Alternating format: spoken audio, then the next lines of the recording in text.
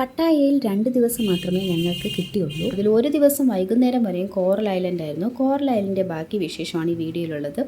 See ഫുഡിൻ്റെ ഒരു market തന്നെയായിരുന്നു ഇത്. പലതരം സീ ഫുഡ്സ് ആയിരുന്നു. ആമ, കണവ, പ്രോൺസ്, ചിപ്പി തുടങ്ങിയവ. നമ്മുടെ അവിടെയൊക്കെ മീൻ ചന്തയിൽ പോയാൽ അയല, ചൂര, ചാള ഇരിക്കുന്നത് പോലെയാണ് ഈ ഐറ്റംസ് ഒക്കെ ഇവിടെ ഇരിക്കുന്നത്. പല ആൾക്കാരും വാങ്ങിയിട്ട് പോകുന്നുണ്ട്. അങ്ങനെ തിരിഞ്ഞപ്പോഴാണ് മുതലയെ കണ്ടത്. ഇവിടെ നിന്നാണ് നമ്മൾ മുതലയെ ആദ്യമായിട്ട് കണ്ടത്. പിന്നെ പല സ്ഥലത്തും കണ്ടു.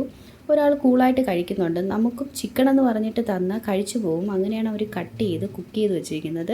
സോ അവിടെ നമ്മൾ പതുക്കെ ഇങ്ങോട്ട് നീങ്ങിയപ്പോൾ ഫ്രൂട്ട്സ് കണ്ടു. ഫ്രൂട്ട്സ് കടകളുണ്ടായിരുന്നു. പലതരം ഫ്രൂട്ട്സ്, ജാമ്പയ്ക്ക് മുതലെല്ലാം ഉണ്ട്. അപ്പോഴാണ് ആ ഒരു കളറിൻ്റെ കണ്ണിലടിച്ചത്. മാങ്ങ ചെത്തിയിട്ട് കളറടിച്ച് വെച്ചിരിക്കുന്നത് കണ്ടാൽ തന്നെ മനസ്സിലാവും. ഇനി ഇവിടുത്തെ വല്ല ഫ്രൂട്ടാണോ എന്ന് എനിക്കറിയില്ല.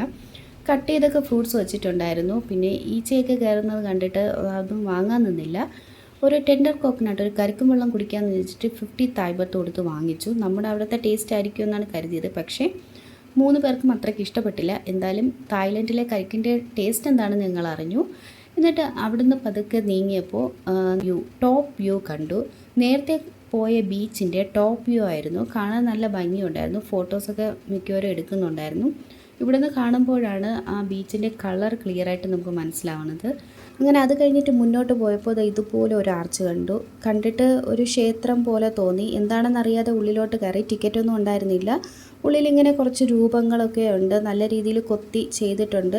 ഒരു പാവപ്പെട്ട ഒരു അപ്പൂപ്പൻ ഇരിപ്പുണ്ട്. ആരോ ആണെന്ന് മനസ്സിലായി. കോറൽ ഐലൻഡിൻ്റെ കണ്ടാൽ തന്നെ പേടി തോന്നുന്ന ഒരു സർപ്പരൂപം. പിന്നെ ഇതുപോലുള്ള രൂപങ്ങളും കളർഫുള്ളായിട്ടുള്ള ഒരു പാലസ് പോലെ ഒന്നുണ്ടായിരുന്നു. എന്താണെന്ന് തന്നെ മനസ്സിലായില്ല. ഓപ്പൺ അല്ലാത്തതുകൊണ്ട് ഒരു പിടിയുമില്ല. പിന്നെ തൊട്ടടുത്തായിട്ട് ഇങ്ങനെ നടക്കാനൊരു പാതയുണ്ടായിരുന്നു. ഉള്ളിലോട്ട് നടന്നപ്പോൾ കുറേ പ്രതിമകൾ ഇരിക്കുന്നത് കാണാം. ആരും പറഞ്ഞു തരാനായിട്ടൊന്നുമില്ല. പ്രത്യേകിച്ച് എന്താണെന്നൊരു പിടിയുമില്ല. പക്ഷെ ഞങ്ങളെ ആരോ നോക്കുന്നത് പോലെ തോന്നി. സൂക്ഷിച്ചു നോക്കിയപ്പോഴാണ് ഒരു കണ്ണാടിക്കൂട്ടിൽ നിന്ന് ഒരാൾ നോക്കുന്നത്. ആ ഫോട്ടോയിൽ കാണുന്ന വ്യക്തിയായിരിക്കാം. ഈ കോറൽ ഐലൻഡിൻ്റെ ആരോ ആണ്. പൂജ ചെയ്യുന്നത് പോലെയുള്ള സംഭവങ്ങളെല്ലാം ഇരിക്കുന്നത് കാണാം. അങ്ങനെ കോറൽ ഐലൻഡ് വിടാനുള്ള സമയമായി. പാസ്പോർട്ടൊക്കെ തിരിച്ചു വാങ്ങിച്ച് സ്പീഡ് ബോട്ടിലാണ് യാത്ര. 400 തായ്ബാത്ത് എന്നാണ് എൻ്റെ ഒരു ഓർമ്മ.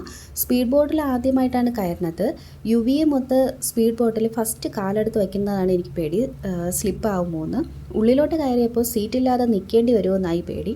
ബാക്കിയുള്ളത് അടുത്ത വ്ളോഗിൽ കാണാം. താങ്ക്